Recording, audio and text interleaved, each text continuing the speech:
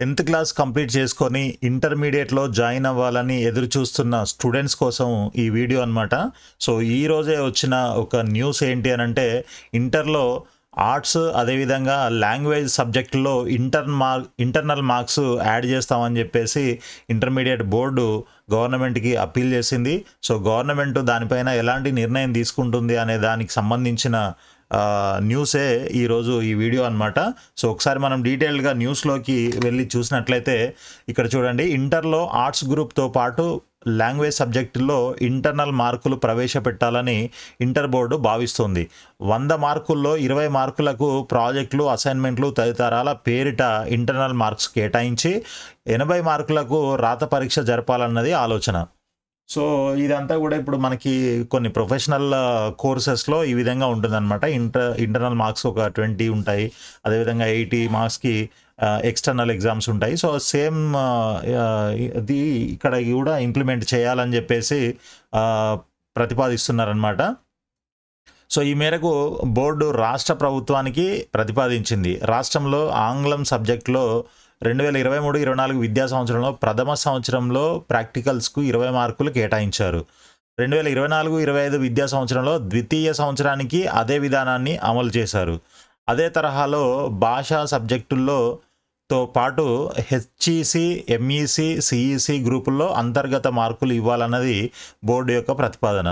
June నుంచి ప్రారంభమయ్యే ఈ విద్యా సంవత్సరం ఏదైతే ఉందో 25-26 నుంచి ఇంటర్ పాఠ్య ప్రణాళిక అంటే సిలబస్లో మార్పులు చేస్తున్నారు. ఈ క్రమంలో సిలబస్ రివిజన్ కమిటీలోని నిపుణులు సిఫారసు మేరకు ఆయా ప్రతిపాదనలు ఇంటర్ బోర్డు కార్యదర్శి కృష్ణాదిత్య ప్రభుత్వానికి అందజేశారు.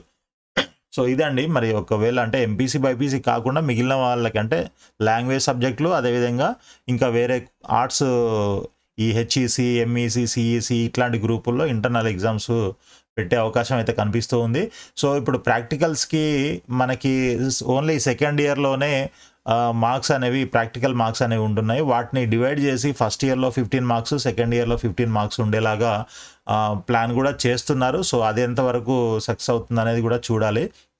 సో అయితే ఈ సంవత్సరం మరి గవర్నమెంట్ యాక్సెప్ట్ చేస్తుందా లేదా అనేది కూడా కొంత సందిగ్ధం అయితే ఉంది. ఇక్కడ రసాయన శాస్త్రంలోని 6 చాప్టర్లను ఎన్సీఆర్టీ తొలగించినందున ఇక్కడ కూడా తొలగిస్తుందంట సిలబస్.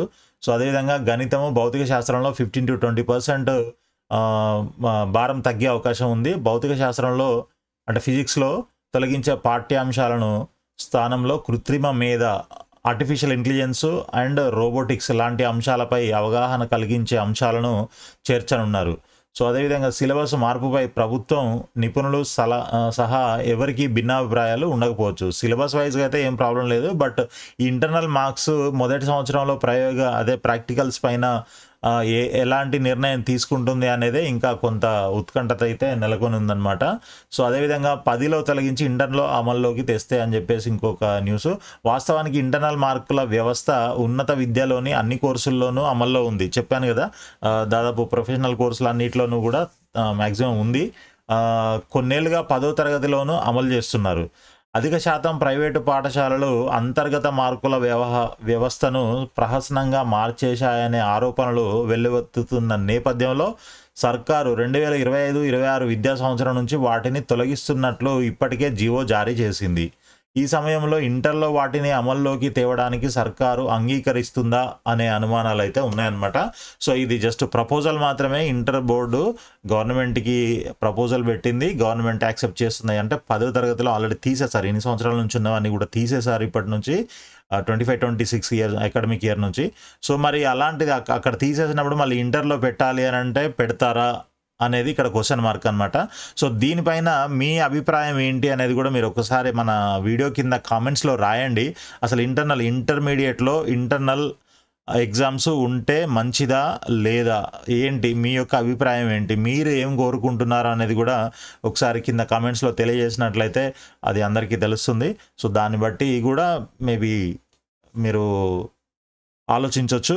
సో ఈ వీడియో నచ్చినట్లయితే మీరు తప్పకుండా లైక్ చేసి మీ ఫ్రెండ్స్ కూడా షేర్ చేయండి. అదేవిధంగా మీకు అన్ని రకాల గైడెన్స్ అయితే ఈ ఛానల్లో ఇవ్వడం జరుగుతుంది కాబట్టి ఛానల్ని సబ్స్క్రైబ్ చేసి ఫాలో చేస్తూ ఉండండి. All the best. Thank you.